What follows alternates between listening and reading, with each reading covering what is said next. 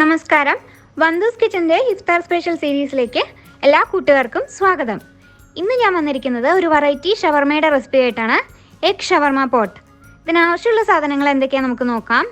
ആദ്യം തന്നെ ഇതിലേക്കുള്ള പോട്ട് തയ്യാറാക്കാനായി ഒരു ബൗളിലേക്ക് മൈദയും ആവശ്യത്തിന് ഉപ്പും 1 ടീസ്പൂൺ ഓയിൽ കൂടെ ചേർത്ത് ഒന്ന് മിക്സ് ചെയ്തെടുക്കാം.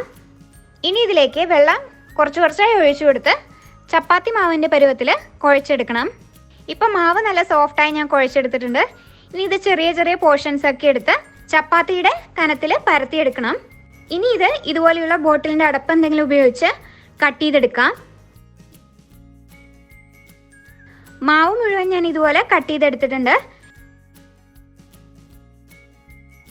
ഇനി ഇത് ഫ്രൈ ചെയ്യുന്നത് എങ്ങനെയെന്ന് നോക്കാം. അതിനായി നമുക്ക് ഇതുപോലൊരു ഗ്ലാസ് ആവശ്യമുണ്ട്.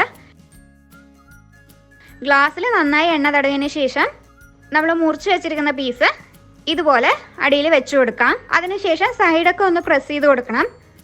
ഇനി എണ്ണ നന്നായി ചൂടായി വരുമ്പോൾ ഈ ഗ്ലാസ് ഇതുപോലെ എണ്ണയിൽ ഇറക്കി വെച്ച് കൊടുക്കാം. ലോ ഫ്ലെയിമിലാണ് ഇട്ടിരിക്കുന്നത്. ഇതുപോലെ എണ്ണയൊക്കെ സൈഡിൽ നിന്ന് ഒഴിച്ചു കൊടുക്കണം. ഗ്ലാസ്സിൽ നിന്ന് ഇത് വിട്ടു വന്നതിന് ശേഷം മീഡിയം ഫ്ലെയിമിലേക്ക് മാറ്റി ഗോൾഡൻ ബ്രൗൺ ആവുന്നവരെ ഫ്രൈ ചെയ്തെടുക്കാം. ഇപ്പം ഞാൻ എല്ലാം ഇതുപോലെ ഫ്രൈ ചെയ്തെടുത്തിട്ടുണ്ട്.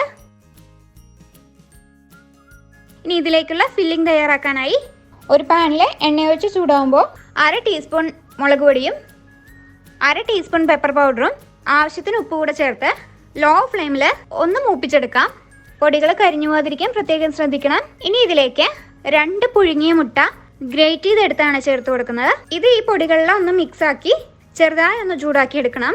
അതിനുശേഷം അത് മാറ്റി വെക്കാം. ഇനി അതേ പാനിലേക്ക് തന്നെ കുറച്ചുകൂടെ എണ്ണ ഒഴിച്ചു കൊടുത്ത് ചെറുതായി അരിഞ്ഞു വെച്ചിരിക്കുന്ന ക്യാബേജും സവാളയും തക്കാളിയും കാപ്സിക്കവും ചേർത്ത് 1 മിനിറ്റ് മീഡിയം ഫ്ലെയിമിൽ ഒന്ന് വഴറ്റാം. ഒരുപാട് വഴറ്റിയെടുക്കേണ്ട ആവശ്യമില്ല.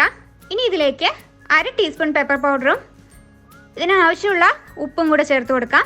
വീണ്ടും നന്നായി ഇളക്കി യോജിപ്പിച്ചതിന് ശേഷം ഇതിലേക്ക് നമ്മൾ നേരത്തെ ഫ്രൈ ചെയ്ത് മാറ്റി വെച്ചിരുന്ന മുട്ട കൂടെ ചേർത്ത് കൊടുക്കാം. നന്നായി ഒന്ന് ഇളക്കി യോജിപ്പിച്ച് ഫ്ലെയിം ഓഫ് ചെയ്യാം.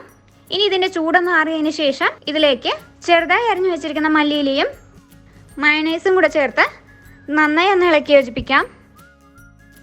നമ്മുടെ ഫില്ലിംഗ് ഇവിടെ റെഡി ആയിട്ടുണ്ട്.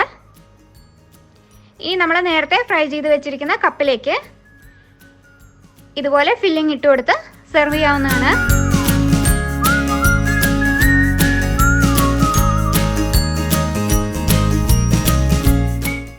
നമ്മുടെ എഗ് ഷവർമ പോട്ട് ഇവിടെ റെഡിയാണ്.